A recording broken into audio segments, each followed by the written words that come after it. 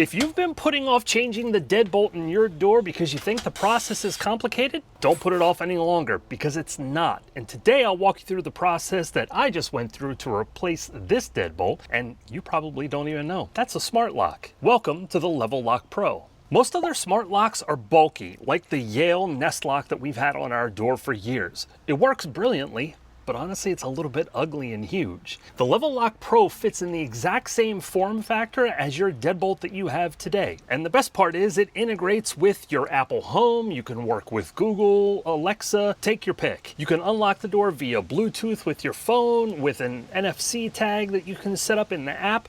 There's a lot of options that you have to operate this deadbolt. And the best part is, this is not a gadget. This is BHMA AAA certified. And if you don't know what that is, because I certainly didn't, basically it means that it meets the highest standards for security, durability, and finish when it comes to a lock. It's legit.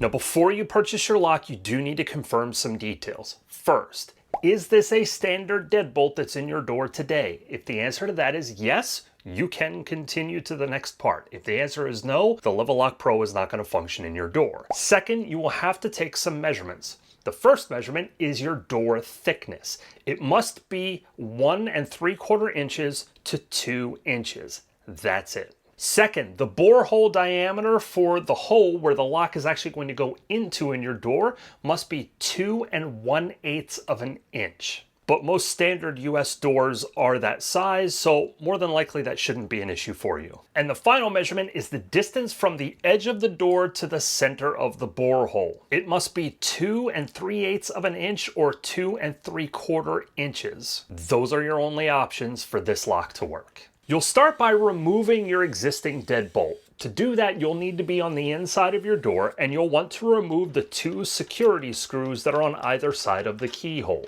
Pull those all the way out, and then you will be able to disassemble the inside of the lock and the outside of the lock and pull them both out of your door at the same time or separately. Once you have those 2 pieces out of your door, you will need to pull the actual locking mechanism out through the hole on the side of your door. You'll also want to remove your old strike plate in preparation for the new one.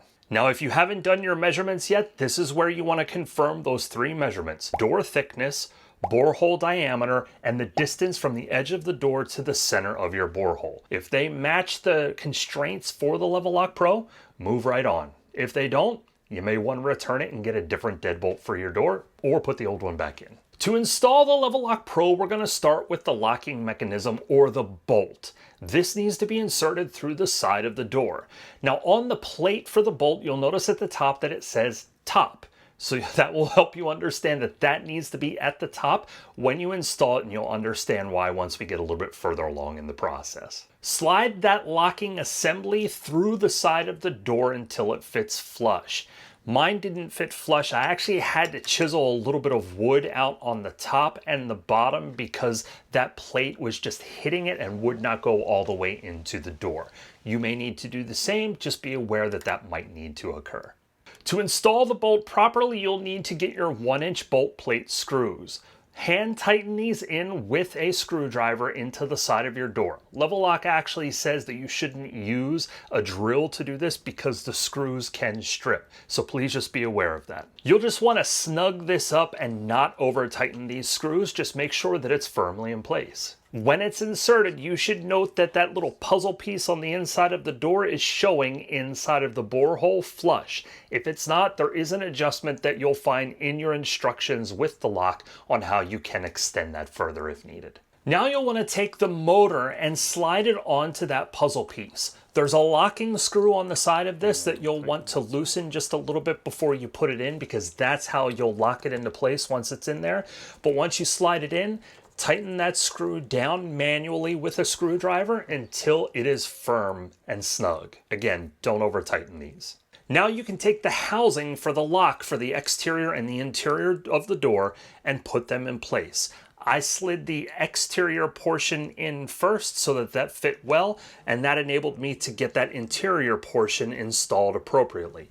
One thing to keep in mind, which I actually messed up, before you pull that little piece of paper out where the latch piece is, the piece that actually turns, you'll want to pull that latch piece off and then take the paper out. If you pull the paper out and rip it out like I did because I didn't read the directions properly, I know that's shocking, I had to stick a pin in the under portion of the lock in order to get it to release so that I could take it off again. The reason you need this off is so that the security screws can go into the lock so that you can take the outer housing and the inner housing and get them connected. And that's our next step. Thread those security screws in with your hand as far as you can, and then just manually tighten those with your screwdriver. Once you get those installed, now you can take that interior latch and push it onto the interior portion of your door. Now you want to test it.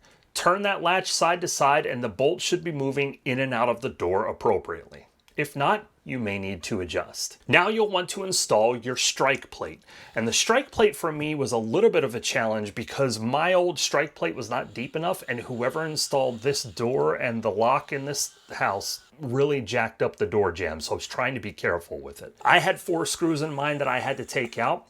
I like to put a 3-inch screw through these strike plates just for better security because it goes through the actual door into the framing of the door. The screws that come with the strike plate for the Level Lock Pro are only 1.5 inches. Now I did just insert those in for now. I am going to come back and replace those with 3-inch screws. I just did not have any on hand that I could use today.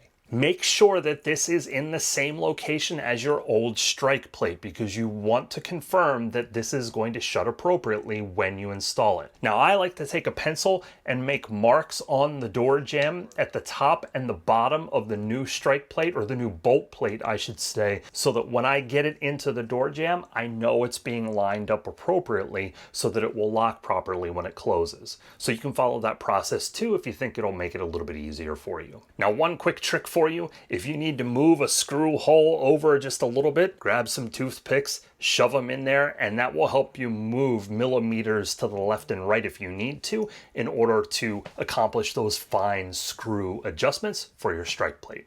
But once you have it installed, now it's time to test. And here's the moment of truth. And it works properly, which is fantastic. With the deadbolt installed, you'll need to extend the bolt out all the way. Unscrew the end of the bolt and you can insert the CR2 battery that comes with it into the bolt. Now you'll want to put the positive terminal inside the door and then screw the cap back on.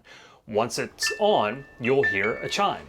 That chime just tells you that it's connected. Now you need to go to the Level Home app on your phone. Now, once you go through the prompts to get it connected, you may need to upgrade the software, or the firmware, I should say, on the Level Lock itself, which I had to do, and that process took somewhere in the neighborhood of about 5 minutes. Once you have it set up and have that lock in your app, it's going to walk you through a calibration process, which basically just has you lock the door, unlock the door, and the app senses it and finishes the calibration.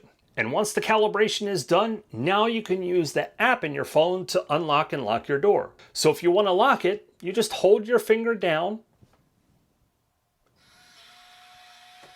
and the door locks. If you want to unlock the door, do the exact same process. Hold your finger down on the button and the door unlocks.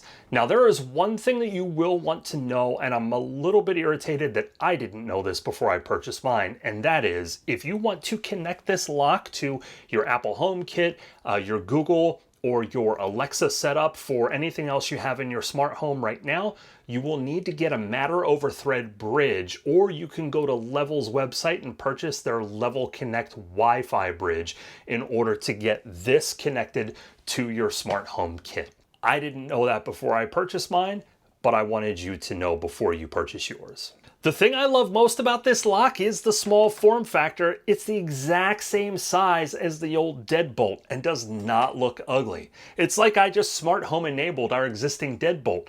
But what if you wanted to smart home enable your existing lights in your home? Well, you can do that. And for more information on that, click or tap on this video. And until the next time, keep doing it yourself.